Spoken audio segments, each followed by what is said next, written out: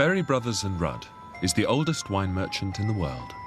Vintner to the Queen, located in the heart of London's clubland and opposite St James's Palace, it is the bastion of a very British brand. Today, as there has always been, a Berry remains at the helm. I do believe passionately in family businesses, but I also believe that for family businesses to work, the families have to work very hard at them. If it's just looked as somewhere for the unemployable members of the family to find employment, then family businesses don't last very long, and they certainly don't last for 308 years. But this is no ordinary family firm. The reality is that Berry's has adapted itself to a world in which the super-rich hold sway, and for whom fine wine has become a must-have commodity. Berry's has stores as far away as Shanghai and Hong Kong. Although the business has thrived on the New World Order, it isn't New World wines that flow through the company's veins. 80% of trade still depends on two venerable regions. Bordeaux, land of claret, is traditionally associated with big money, and Berry's has hired a buyer suited and booted for the role. A wine moment, definitely. Burgundy is an intimate world of small-scale production where the oh-so-temperamental Pinot Noir reigns supreme. And here too, Berry's has carefully paired its man with the wine. It's almost an imperial purple colour. This is the wine that makes me think of the Iron Fist and the Velvet Glove. Prices for both regions' wines have hit new heights, reaping the rewards of global economic boom. But this is the year in which high finance will catch a fever, and the very certainties that underpin Berry's world will be sorely tested.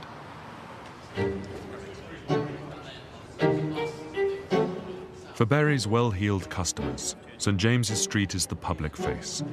But appearances can be deceptive, and the company's beating heart lies elsewhere.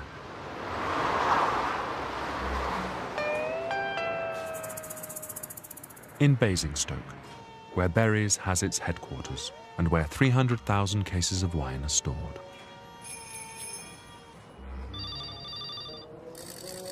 Sometimes, good morning. Good morning. Rampant, thank you. Really good. Simon Staples is the world's biggest buyer of fine Bordeaux wines. 2 to 3 weeks. A lot of these are speculative, not speculative, but investment-style wines. The first growth's from 2005, you know, all about £10,000 a case now. But Mouton, for instance, is 6,300. So we're suggesting to the customers who want to put wine in for investment that that's an extremely good wine. So in the next few months, that should get close to the £10,000, and that's the difficult threshold to get over £10,000. We think, you know, it's a bit like the £9.99. It's a psychological, you know, and once it goes past that, it'll probably free run up to £20,000. For a case? Mm-hmm. Yeah. What would you? I mean, we sold a case of Petrus 2005, two in fact this week, for £35,000 a case, and it's not ready to drink for 20 years. We get phone calls at all weird times, night and day, from customers, generally in restaurants and things like that, saying they've just popped to the loo and gone, what do I choose between this and that? Obviously, it's only the good customers that have got our mobile numbers and things like that, but it happens all the time.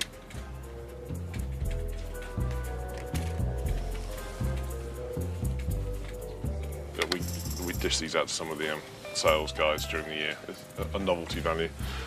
Desk-based cruise missile launcher. And you've got your headset on and you don't actually realise you suddenly are aware that it wheels round to you and it's pointing at you. It's got a fantastic noise when it launches. Supposedly I inspired the series. Could be right, could be not. Not sure. It is a nickname around workers that I'm called Tony. I think it's the lack of hair.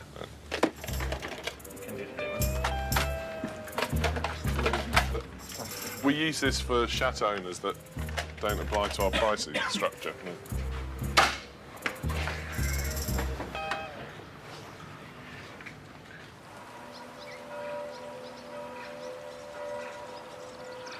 High above the vines, and a world away from Basingstoke, Jasper Morris is Berry's man in Burgundy, where he and his wife have had a base for the last 15 years. After a while, you get a feel for the stones. You can just pick a stone up and think, I know where that one's going to fit, like a jigsaw problem. It's my choice for leisure activity instead of playing golf or going skiing or going to the beach. This is what I like doing. Wine is very much the passion, and I don't always make the most hard-headed decisions, but I do know how to make the sums add up. I've been very involved distributing producers, and that's how it is. When you feel hungry, you go and taste something for the first time, and you think, I want that. I don't want some other merchant getting their paws on that. You know, I want to be the person who has the chance to buy that and distribute it.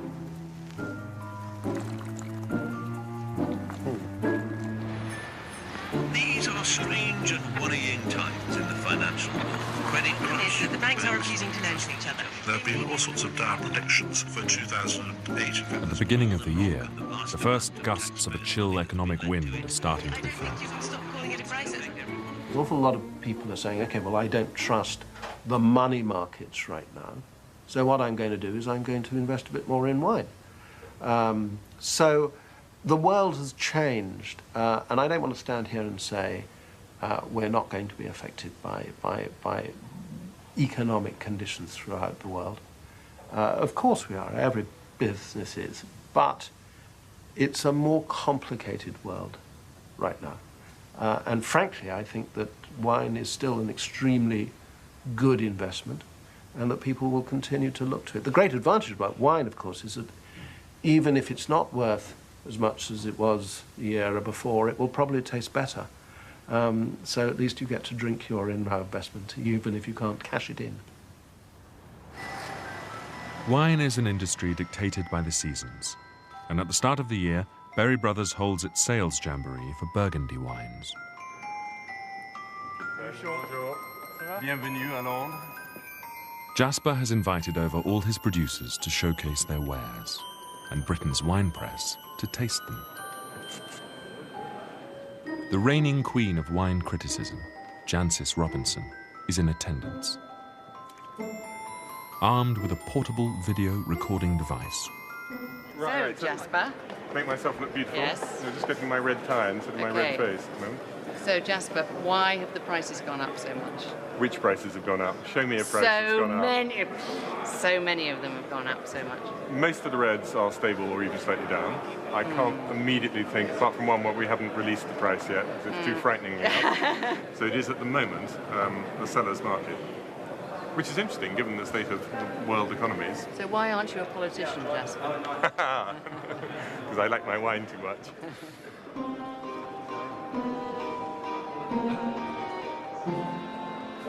Right, guys. Customers coming 5:30. Some of them may arrive early, and we'll probably let them in from about 5:15. All the tables are manned by Burgundians. We need to be careful with these spittoons, because when they get full, they suddenly all get full at the same time, and they start leaking on the floor.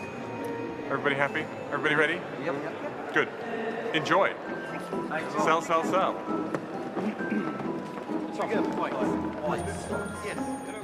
300 top customers have been invited, the criteria for entry being a discerning palate and a bulging wallet. Berries represent some of Burgundy's most eminent producers, and the wine on sale today costs up to £1,200 a case.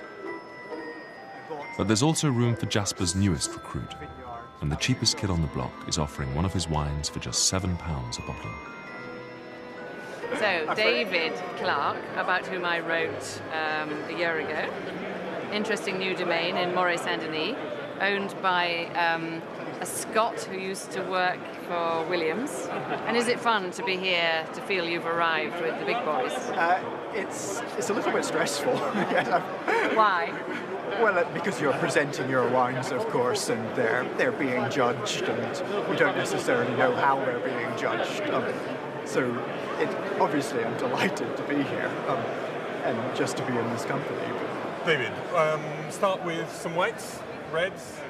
Some customers are granted the personal touch, and Jasper guides the former Home Secretary towards his latest protege, and hopefully a sale. Okay, very good. And what are you selling for at the moment?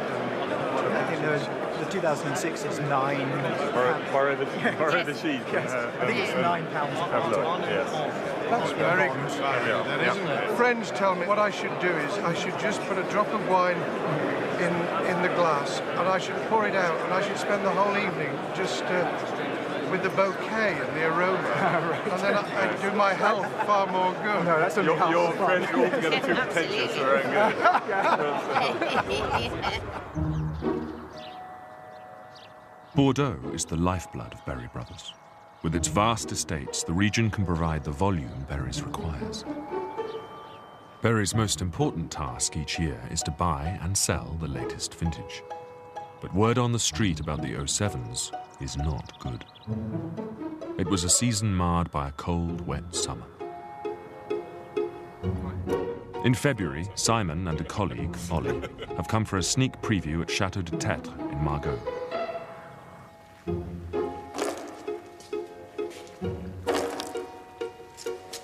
That's jammy, baby. I'm astonished. In Bordeaux, wine is sold while still in barrel, at least a year before it's bottled. It's a futures system known as en primeur, and its combative spirit is reflected in the fact that merchants and chateaux refer to it as a campaign. So the fog is obviously going to ruin 2008. Is that one of the... It's the lucky 8, my dear friend. And the unlucky number 7? No, the fog is lifting. You will see. I think it's always interesting when people, they always say 07 is because of being a very challenging, difficult vintage, people, they always like to say... And every vintage with the 7's been rubbish. It's 47, don't forget. For the last 60 years. Kind of a long time ago. Yeah. Yeah. You can't afford to make bad wine. We can't afford to sell it. No, absolutely. The en primeur system suits the chateaux, as it means they get cash in advance. But for merchants, the annual frustration is that they never know when the wine will be released or how much it is going to cost.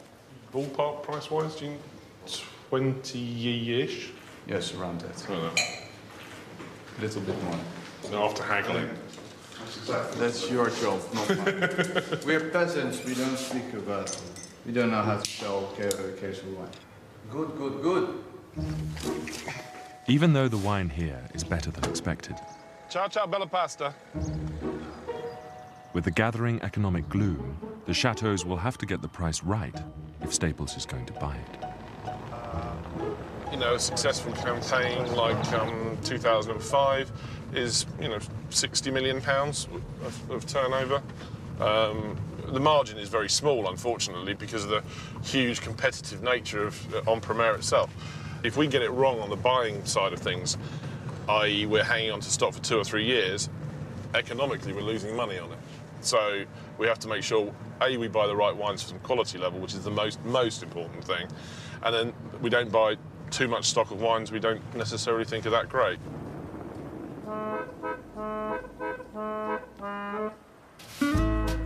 "400 miles to the northeast of Bordeaux is an entirely different wine culture, still firmly on Berry's map. Through accidents of history and geography, Burgundy is divided into thousands of tiny vineyards. But although Burgundians like to view themselves as simple rural folk, the last 20 years have seen a gold rush. The Grand Jour de Bourgogne is a week-long event for producers to show off their wines. And Jasper is prospecting for new talent.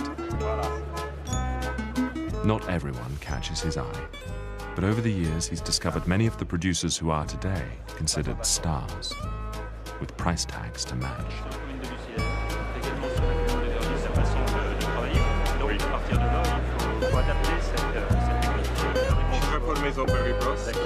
Talk the hind legs off a donkey, but I had to hear all about the philosophy and all about everything to do with the vineyard sites and what he wants to do. But the wines are very good, and I'll definitely be following him up. The results? Probably. I haven't looked at the prices yet, so that's not really important. You find the right wine, and then you rule it out if the price is wrong. And with some of them, some people the price is discussable, some people the price is the price, but you make that.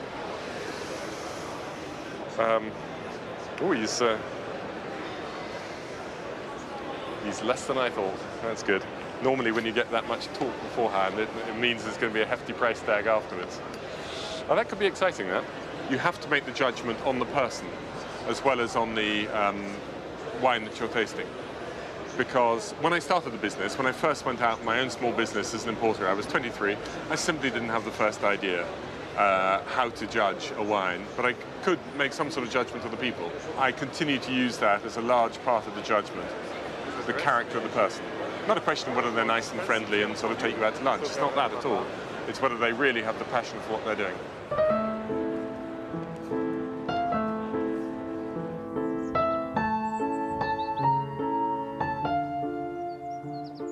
David Clark was recruited by Jasper in 2006, just 2 years after he produced his first bottle of Burgundy. He gave up his career as an engineer in Formula One racing to answer the call of the vine. It actually becomes quite enjoyable, this, when you get into a rhythm and you have spare mental energy to think about other things. What other things do you think about? Well, I don't know. I have no idea.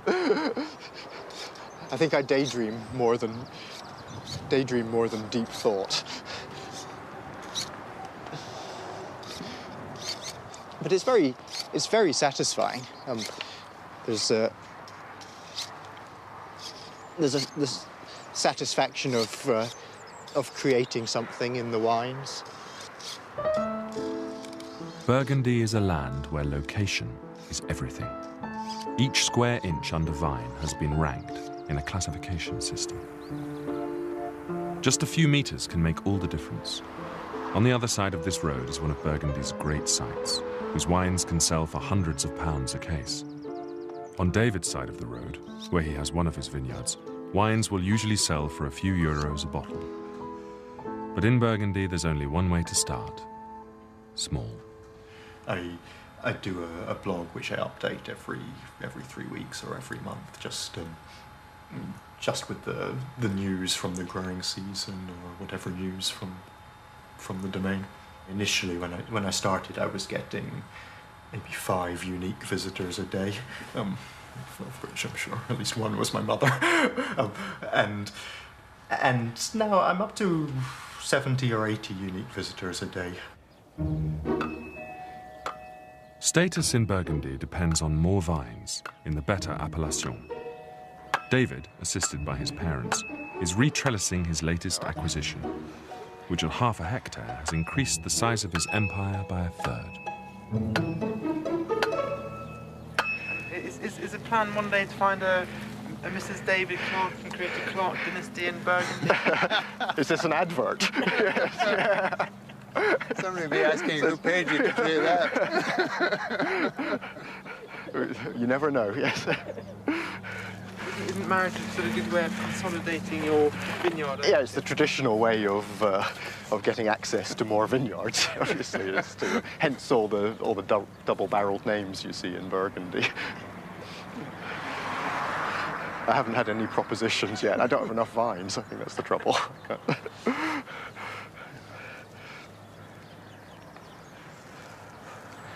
Most of us have never seen anything quite like this. Bear Stearns, one of Wall Street's biggest investment banks, has imploded. Sleepless nights, worrying about money problems, something more and more of us. Stock markets around the world tumbled yesterday. Bank shares were the hardest hit of all. As the rumble of economic bad news continues, a reporter from the BBC Breakfast Show has turned up to find out the impact on the fine wine trade. It is the eve of the Bordeaux en primeur week, when the international wine trade flocks to the region. But at the moment, it's the exchange rate that's causing most concern. How much of a problem is the strength of the euro for you as a wine importer? Well, at this exact moment in time, it's actually pretty horrendous. Now, obviously, we're looking at a vintage which is very similar to last year, but we're at a 15% upgrade in price. Now, whether our customers will take this or not in the UK is highly unlikely. Now, also, we're up against our competition to buy the best luxury products that these wines are now conceived as all over the world, with currencies that are extremely, much stronger than ours. So this is a huge problem for us. In general terms, how much of a hit will you take? We might conceivably have to sell it at cost price to stay in the market, to compete with our French neighbours. What do you think about having to do that? It hurts, it really does.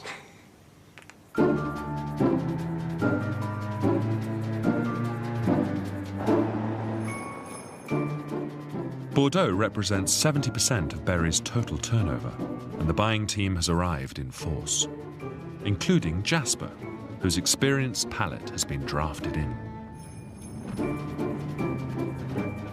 With the double whammy of a poor vintage and a turbulent economic environment, this year Berry's will have to choose carefully whose wines they want to buy. There you go. Since the turbulence started last year, we've been expecting it to hit the fine wine market completely, and I do feel somewhere we're on a precipice that if something more significant than someone like Bear Stearns goes under, the whole world will collapse down on a financial level, and of course that will affect wines. One of Berry's most long-standing relationships is with Chateau Cos d'Estournel. In a region where high prices denote high status, Jean-Guillaume Prats has forged a reputation for pushing prices as high as the market will bear. Today, his immediate concern is to impress the wine merchants and critics that are about to descend on his chateau. Their feedback will inform his decision about how much to charge for the wine. It's a little bit of a game in fixing the prices, because today I have no idea what will be the price of Cos d'Estournel 2007, and I should find out in the next month or so. So it's a game of how well we have performed, compared to the other chateaus. What is the market looking at? Is Bordeaux 2007 going to be recognized as a good vintage, a bad vintage, a modest vintage, an extraordinary vintage? What are going to be the economical and political situation around the world in the next 2 or 3 months? All that is important, not to mention the currencies. So it's a little bit of a game. I would not say a poker game, but it's a game where we have to make the right decision at the right time. We say in Bordeaux that we tend to produce the vintage of the millennium every 5 years. Well, then 2007 is certainly not the vintage of the millennium, but it's a vintage which will give immediate pleasure. It's not made for the very long aging, like 50 years or so. It's a wine which will be immediately ready for drinking soon after bottling. We'll have to let the chateaus know that the euro is a significant problem for us at the moment. I think we're always seen as the bad dogs with the chateaus. It looks as though we're trying to push the prices down and down. It's not. We want to get it to a price which is right. Some vintages they listen, sometimes they don't. And with the 2005 vintage, virtually everything we tasted was magnificent, and some chateaus went for a field day on it. In 2006, a lot of them should have reined their prices in considerably more than they had. I think this may be a reality check for prices this year. I hope, anyway. It's 9 o'clock, it must be Cos. Because. Union Jack. Good. It's the right way round? Yes, yeah. I think you're working with something, everything on that table fit. Give you a bit more, it's still free. Is that just generally for it's just for you, just for you. Berry's bought its first bottle of Cos in at least 1855. But despite the antiquity of the relationship, there is no guarantee that Simon will buy the wine if he doesn't think he will be able to sell it. And with 252,000 bottles of the 07 vintage, Jean-Guillaume has plenty to sell. It's going to be tricky this year. We say it every year. I know we say it's going to be very tricky, but I think it's going to be harder than last year. Tricky in which sense? Well, euro, economic collapse verging. Every day looks as though it looks dreadful around the world. Customers have bought for the last 6 or 7 vintages. What's the appeal to buy 07? That's the. Don't you feel that I receive that? But don't you feel that your customer will still continue to purchase a small numbers of wine that Berry's will recommend? Without a doubt. I've produced some very good wine this year. If the price, which I have no idea what the price will be, is in the line of the market, then certainly makes sense. Certainly makes sense. Beautifully diplomatic. We are French. So not only we're always right, but we know how to express it. So generally speaking, Jean-Guillaume is very upfront. He's aggressive in his pricing structure. I would suggest that's probably the best way to describe it. And in the last 3 or 4 vintages, he has pushed his price to such a point where we have walked away from, we walked away from the 2006 vintage. I think we bought about 60 cases, and in 2005, we sold 2,000 cases. So significant drop off for us. But again, the pricing was wrong. So that's, it's nice to stir it up a little bit. As Jean-Guillaume's efforts to win over his visitors continue, Team Berry retire to another chateau for lunch to discuss what they might be prepared to pay for a case of Cos. What price were we selling Cos 06 for last year? £720 a case. And what do we think it should be this year, judging by the quality and vintage and euro and everything else? What do we reckon we should be selling it for? I'm thinking in the region of £30 a bottle, so £360, £390 a case. But to be good value, and I think this is what a vintage like 07 needs to be. It's not a speculator's vintage. Anyone that buys it is likely going to end up drinking that case of wine that they buy, because it simply won't go up in value a great deal.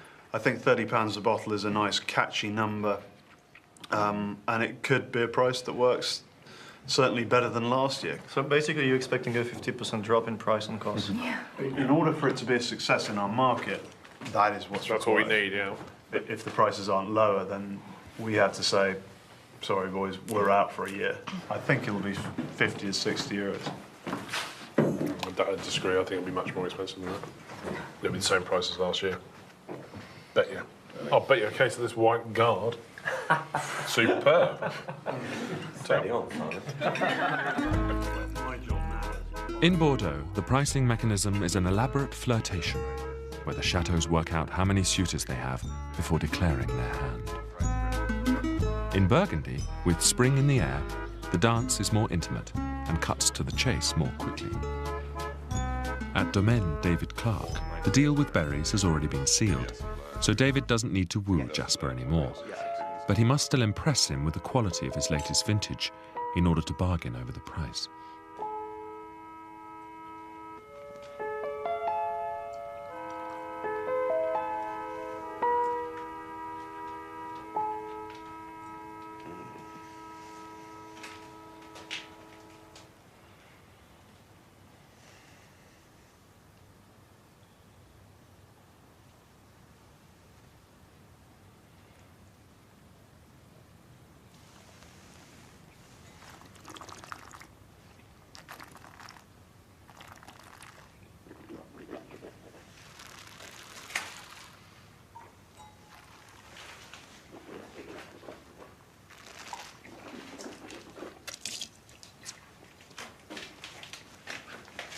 Once you get past the aromatics, which are to do with the malolactic, yep.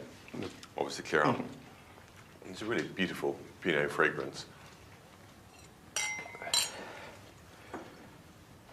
Where's it going to fit price-wise? I mean, obviously, I'm thinking. Too early. Well, I was thinking of keeping the prices as they are for the Pas du Grand and the Bourgogne, so 6, 8. I was thinking 11 for the Côte de Nuit Village. The Moray, which has been 14, I was thinking of putting up to 16, perhaps. Yeah, in retrospect, it was too cheap last year. It could have been more. Yes, having seen that it was cheaper than all the other Moray Saint-Denis offered on Primeur. That's lovely. It's got a real follow through there. It's I think it's quite clearly the best wine that I've made to date.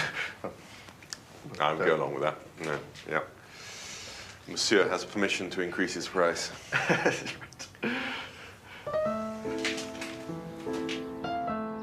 In the minutely parcellated world of Burgundy, almost every plot of land has multiple owners, and all do things differently, even idiosyncratically. David has created a vineyard buggy and is working on his most prestigious vines, the Moray Saint-Denis, where he owns 5 rows that produce 1 barrel a year, and whose price has just been renegotiated. The 2006 was 14 euros, the 2007 is going to be 16 euros. So what difference does that make overall with I can't quite do the maths on it, with the, how many bottles? 3? It makes €600 difference to me. It's worthwhile. It's not a high turnover business. How would you sort of characterise relations with Jasper and the Berry Brothers? We both need each other in the sense that we're both making a profit on the work. I think it's very sort of evenly split at the moment. And they're certainly very important to me. They buy half the harvest. And it's nice to be attached to such a well-known name.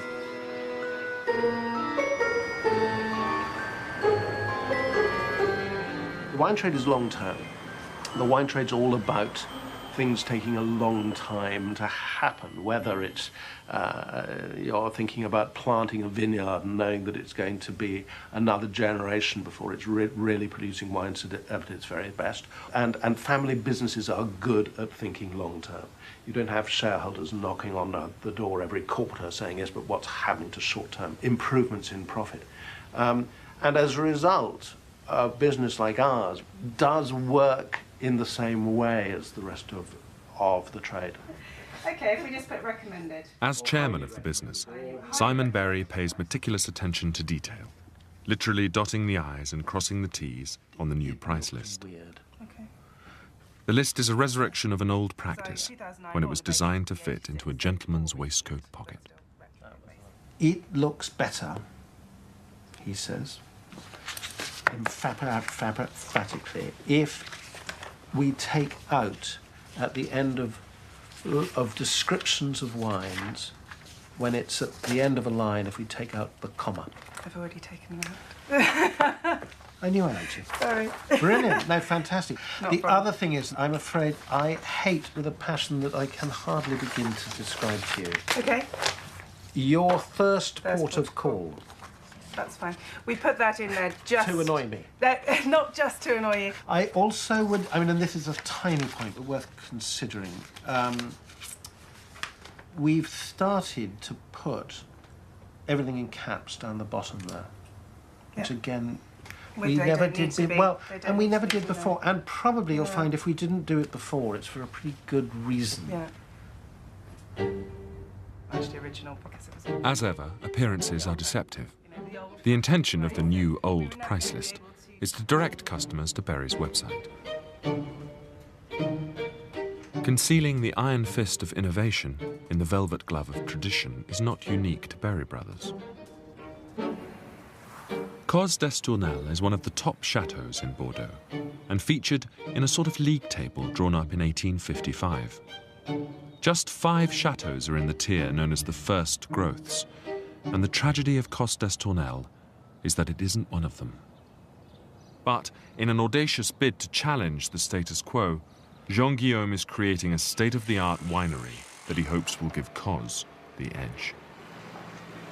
We want to produce something which is perceived as the best wine in Bordeaux. It's like a Formula One racing. To win the Monaco Grand Prix, Lewis Hamilton made a tremendous effort, and that half a second that made him winning the Monaco Grand Prix, that half second is a huge amount of investment in aerodynamic, in tires, in oil, in design, in power, as well as in the mood of the pilot and many other things. For us to produce that extra length, that extra density, that extra harmony, that extra balance, that extra complexity, that made Cos d'Estournel even greater, is an extraordinary amount of investment and risk-taking and details. That's what we're trying to achieve, and we're trying to achieve, clearly, to be the number one.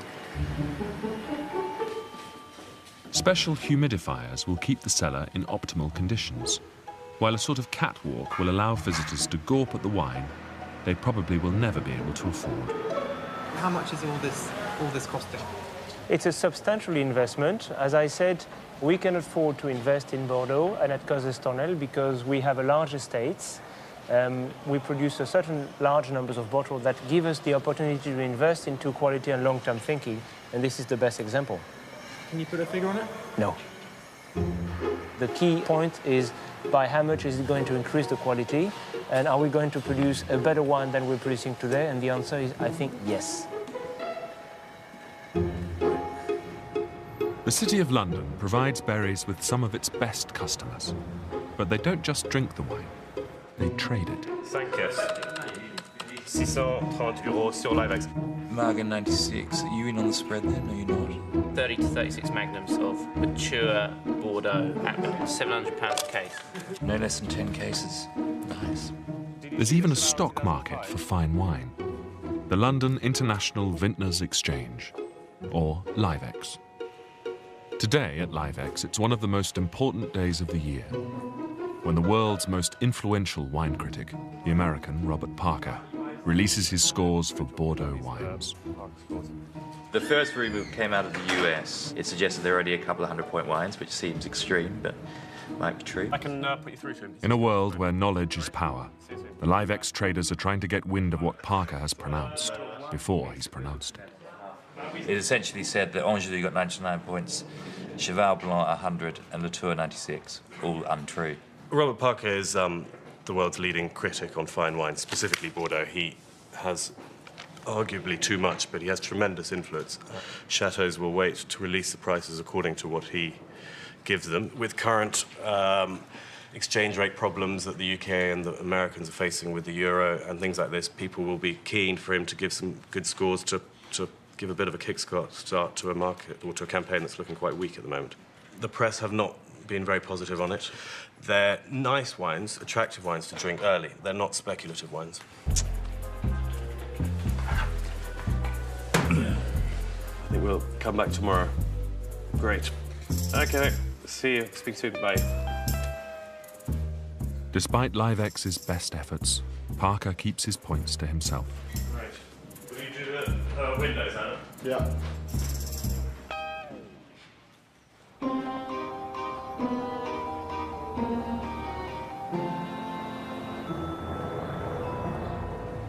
Doing business is one thing, the perception the consumer has is another thing. And we must not forget that down the road, the people who are buying these bottles are buying because it's a farming product, it's a wine product, and that's important. And that's exactly what we do on an everyday basis. We are farmers, so we should never forget that. Je passerai avec grand plaisir. Vous m'en direz un peu plus, mais je suis la liste. For Jean-Guillaume, the decision about price is the most important of the year. Too low, and it's the merchants who will make the money. Too high, and no one will buy the wine. Everything from the mood of the market to the views of Robert Parker are weighed up before the decision is made. It's more that your clients are willing to consider the 2007 odd bottling. So now it's a time either to decide to put a price on the vintage or not to release it. We are today at Cos d'Estournel in the mood not to release, but this could change. And maybe we change our mind next week or maybe tomorrow morning.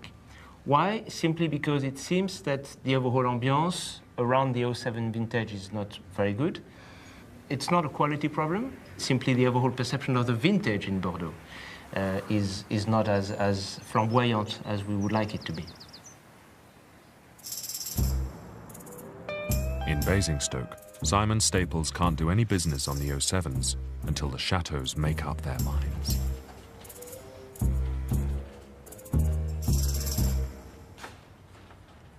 Well, we're sitting here still waiting for prices to come out of Bordeaux. So they launched their product onto the market, what, 3 weeks ago? And nothing. It's like tumbleweed blowing through here. But, you know, through emails and things like that, we just know nothing's actually happened this morning. So we just have to get on and do other things. Every chateau owner just waits for Parker. Strange way of doing business. And I think this year as well, particularly with so many poor wines, they are taking a huge, huge gamble to, you know, if they wait and then Parker gives them 82 to 84 points, no one's going to touch their wine. Whereas if they come out and release their price now, if we think the wine is good and other merchants think it's good, it'll sell. But literally that'll put, you know, a complete damper on their particular wine, and I'm sure there's going to be lots of those this year. At the beginning of May, Parker pronounces. And although Cos itself has done well, his verdict on the 07 vintage as a whole cements the already dismal impression. Cos 2007 is 90 to 93 points. There are a lot of 88, 89, 90 point wines in 2007. So it's going to be a challenge to sell it. It's going to be a challenge unless the chateau bring the prices down quite significantly. As it stands now, it's up to the chateau to be sensible with their prices. So it's all about the price. Jean-Guillaume's Parker score is identical to his first growth neighbour, Chateau Lafite. But because of the 1855 classification, he won't be able to charge a first growth price.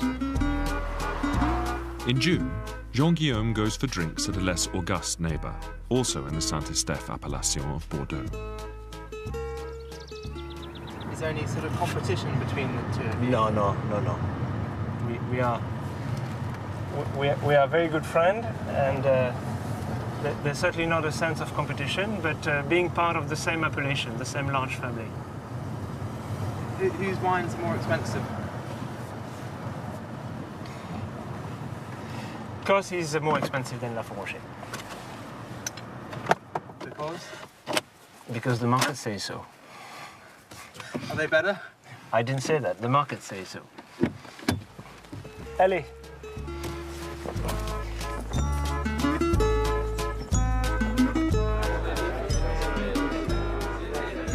In Bordeaux, when coming up with a price, talking to the neighbours is all part of the decision-making process.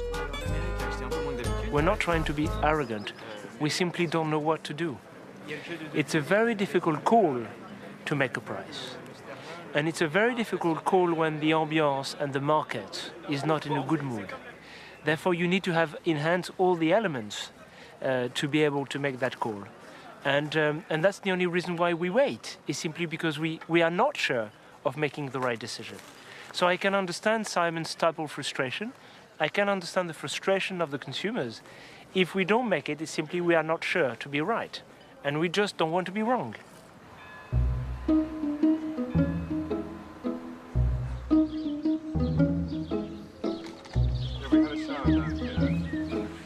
In Burgundy, it is the height of summer. Very nice ride. We christened him Hengist the horse. But in fact, Hengist turns out to be the Anglo-Saxon word for stallion. He's not a stallion. He could have been a stallion, but had the operation.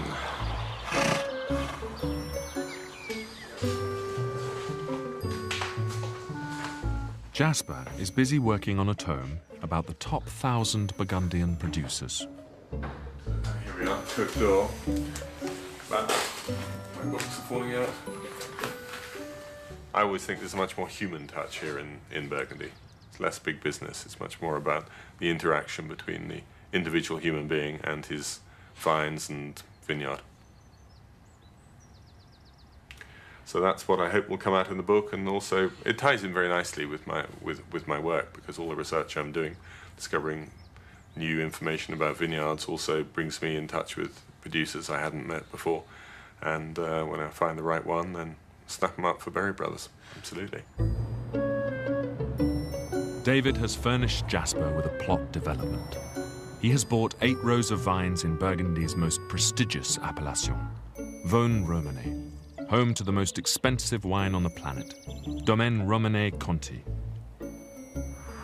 Is this going to make you a sort of irresistibly eligible sort of bachelor of Burgundy?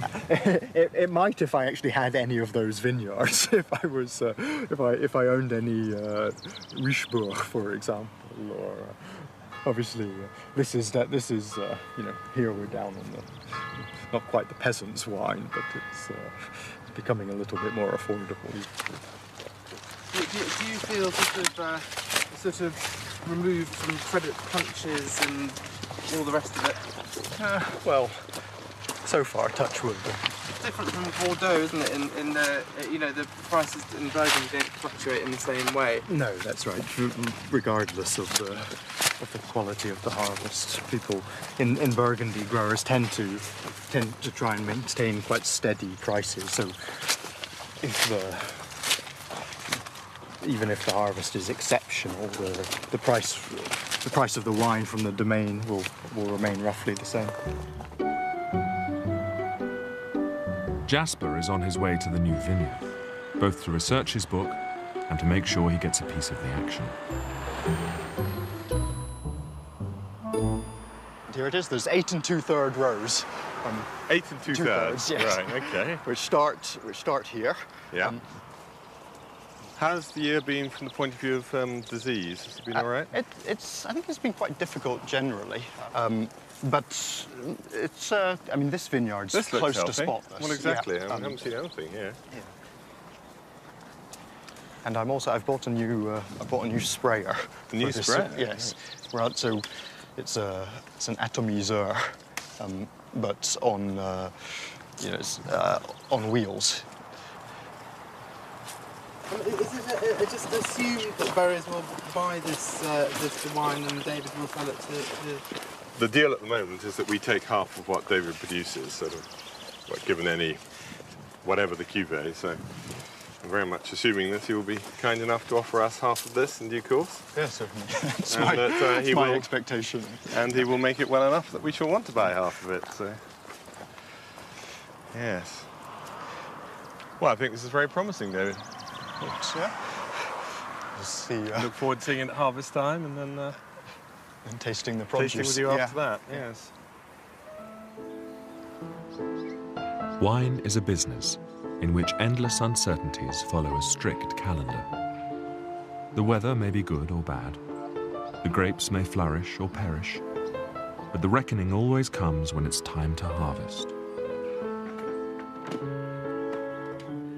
And the wine trade must also obey the dictates of the seasons. At Cos d'Estournel, the most ambitious cellar project anyone can remember has been completed on schedule. And Jean-Guillaume has finally settled on a price. Clearly there was not the fire, the interest that we have seen on the 2005 vintage. The 07 was offered from the border trade to Bay Brothers and a few others at €65 per bottle. It's below €100 a bottle, which is very expensive for a bottle of wine. We are fully aware of that. But if you compare it to the prices you have to pay for the first grove, with totally modesty, I tend to believe that maybe Cos is as good as the first grove, or not too far from their quality. Then when you buy Cos d'Estournel, you buy a first grove quality at 1/3, 1/4 of the price. So I don't think so that it's too expensive. Berry Brothers is a very strong partner to Cos d'Estournel. Our utmost interest is that Berry Brothers is in the position to please the demand from the consumers and to sell our wine. So our interest is to listen to Simon, to listen to what he says and to his feelings and advice. And we are in great marriage with Berry Brothers. If Berry Brothers is successful, then it's good for us, as simple as that. So of course we exchange, but we like to, it's probably the old English-French war. Nothing more than that.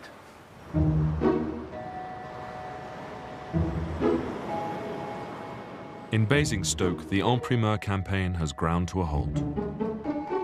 Simon has spent just 10 of his £60 million budget on the 2007 vintage. How much Cos did you buy? Probably about 10 cases. Seriously, only 10 cases? Oh, yeah. Wrong price, wrong time, as we established before it was even released, if you recall. It was the wrong price for the market at the time. What were you telling your customers? It's too expensive, don't bother.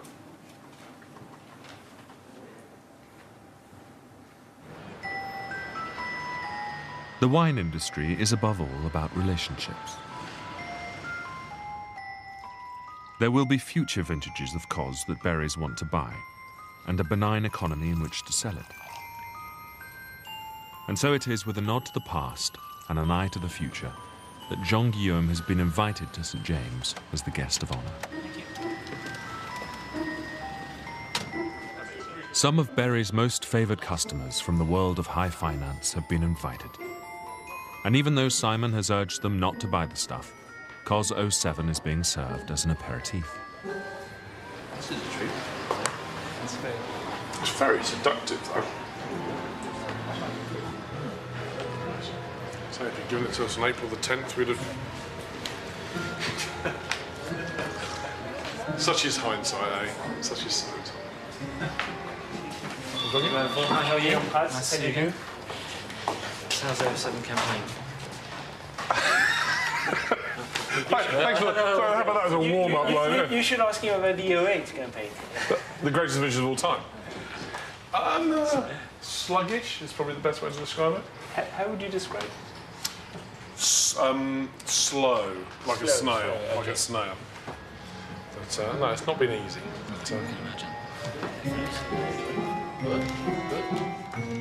Jean-Guillaume and his fellow guests have been warned that the evening's entertainment will be a blind tasting.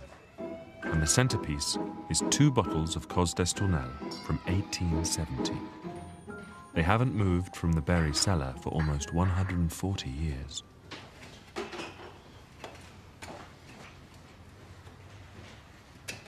after all this time, you just really, really hope it's good. Ain't looking good, cork-wise, so let's see.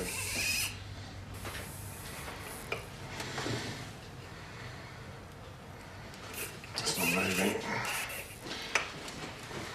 That's all we have is a canting funnel. Oh my word. Did you hear that? It's like... That, folks, is it. That's a cork from an 1870 bottle.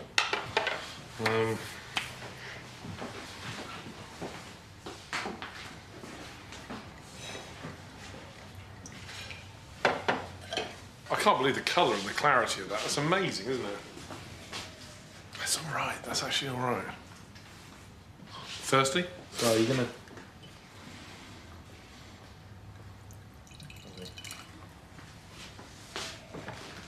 That's a bit more... Pungentia. Actually, that's not bad either. This is all right. I can't actually believe it. This is all right.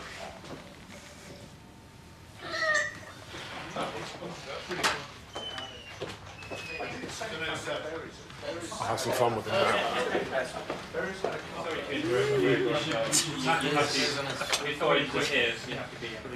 Where we embarrass ourselves in front of everybody by getting it completely and utterly wrong.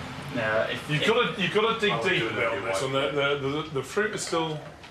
On the nose, look at it's the colour. absolutely fantastic. The colour is fantastic. To be honest, I was worried about it, but I actually think it's actually coming out of it. So literally, we just pulled the cork on this now. So it's Just like, now? yeah, just in case. Yeah. I'll give you a hint. It's French. Wow. That part I would never have I have to say. You're going to be that's Bordeaux. That's we know. It's Bordeaux. I think it's Bordeaux and Médoc, isn't it? It is Bordeaux and Médoc. Yeah. Okay. Okay. Wow. Take it easy. And I think the nose is the most important part of it. Well, yeah. So, Ashley, start. Vintage, what do you reckon? Thank you for dropping me in it. You're at the end of the table, and, well, that's just the way it goes. Yes. Oh, look at this. This is like being on Mastermind. It is rather. It is. You've dropped me right in it. I'm going to... It's good, though, isn't it? It is good. I think it's younger than I suspect. I was going to say 70. Yeah. So it's slightly younger than that. I'm going to go for 82. Okay. Might be 89, but I'm going to go for 82. Okay. I would have said 89. 89? Yeah. Federico. Ready? To be honest, I'm closer to Ashley, probably an 82 or something like that. Okay. Ian. I'm listening to what you're telling me, that you're absolutely staggered by it. And I'm thinking it's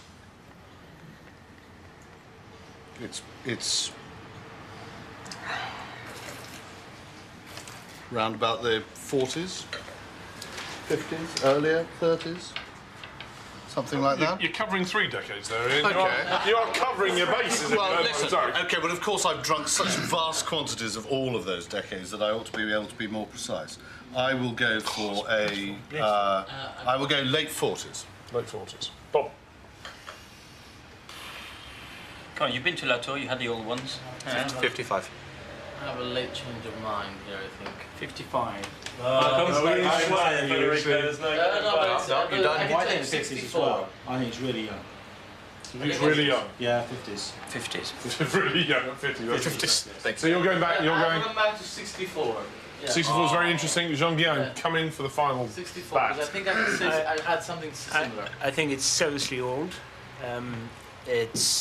I was tempted first to say 49 because it's a wine which has a lot of acidity. It's very intense and very Greek, but I think the 49s are slightly more acidic. And then I changed my mind maybe to 28. So I think it's a Médoc 28. I don't think so. It's a Margaux or Saint-Julien. So it's either Pauillac or Saint-Estèphe. Giving the name is impossible. So I would say it's a Pauillac or Saint-Estèphe, fairly old, maybe 28. I think so, or 29. So that's a big call. It's Cos. Okay. And now we have to find the vintage. I'll help you. It's 1870 Cos. Oh my God. Okay. You are well, serious? Oh my God. This bottle has never left the building. It has never moved from where it was stored downstairs. No, I mean, astonished. But I mean, I've heard my father saying on numerous occasions it's the greatest vintage he ever had. Really? 1870. Yes, yeah, on numerous occasions, yeah. I love my job. I'm amazed. So the question for Jean-Guillaume, is this your greatest cos experience? During this 1870? Yes, because I don't have to pay for anything tonight. the last time I had to pay for I had to pay for the electricity. This is where we've got a bit of a communication problem. Dow Jones closed down 500 points.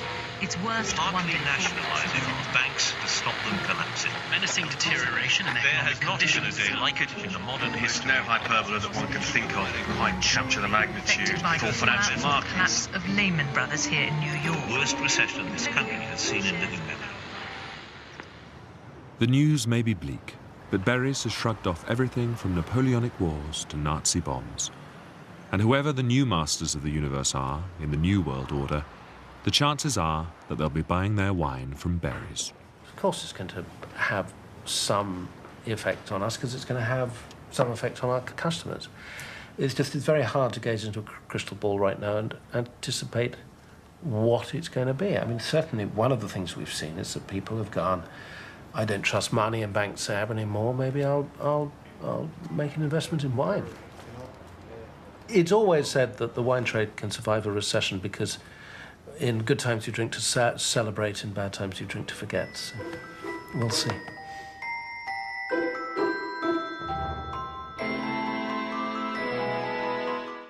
And Wine continues next Monday at 9 here on BBC4. Next tonight, Storyville explores the controversial past of America's frontier wars.